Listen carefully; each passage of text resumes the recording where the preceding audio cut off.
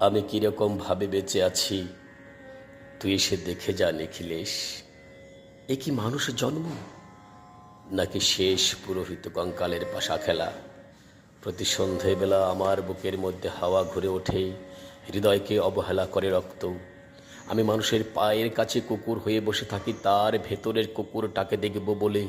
আমি আক্রোশে হেসে উঠি না।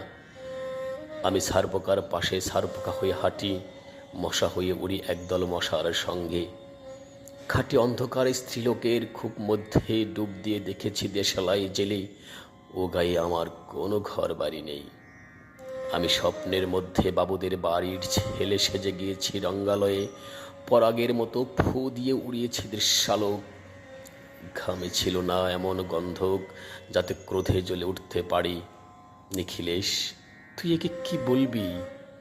আমি শোবার ঘরে নিজের দু হাত পেরেকে বেঁধে দেখতে চেয়েছিলাম যিশুর কষ্ট খুব বেশি ছিল কিনা।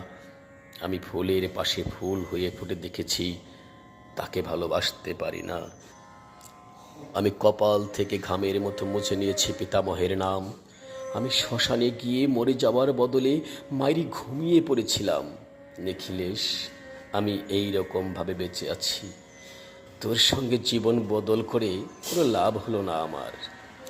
একে নদের তরঙ্গে ছেলেবেলার মতো ডুব সাঁতার, অথবা চশমা বদলের মতো কয়েক মিনিট আলোড়ন, অথবা গভীর রাতে সঙ্গম নিরত দম্পতির পাশে শুয়ে পুনরায় জন্ম ভিক্ষা।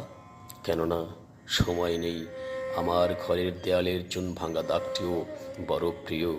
মৃত গাছটির পাশে উত্তরের হাওয়ায় কিছুটা মায়া লেগে ভুল নাম ভুল স্বপ্ন থেকে বাইরে এসে দেখি উই পোকায় খেয়ে গেছে চিঠির বান্ডিল। তবুও অক্লেশে হলুদকে হলুদ বলে ডাকতে পারি। আমি সর্বস্ব বন্ধক দিয়ে একবার একটা মুহূর্ত চেয়েছিলাম, একটি ব্যক্তিগত চির আওয়ার। ইচ্ছে ছিল না জানাবার এই বিশেষ কথাটা তোকে। তবু ক্রমশই বেশি করে আসে শীত, রাত্রে এরকম জলতেষ্টা আর কখনো পেত না। রোজ অন্ধকার হাতরে টের পাই তিনটি ইঁদুর নামুশিক। তাহলে কি প্রতীক্ষায় আছে অদূরে এই সংস্কৃত শ্লোক? পাপ ও দুঃখের কথা ছাড়া আর এই অবেলায় কিছুই মনে পড়ে না। আমার পূজা ও নারী হত্যার ভেতরে বেজে ওঠে সাইরেন। নিজের দুহাত যখন নিজেদের ইচ্ছে মতো কাজ করে, তখন মনে হয় ওরা সত্যিকারের। আজকাল আমার নিজের চোখ দুটোও মনে হয় এক পলক সত্যি চোখ। এরকম সত্য পৃথিবীতে খুব বেশি নেই আর।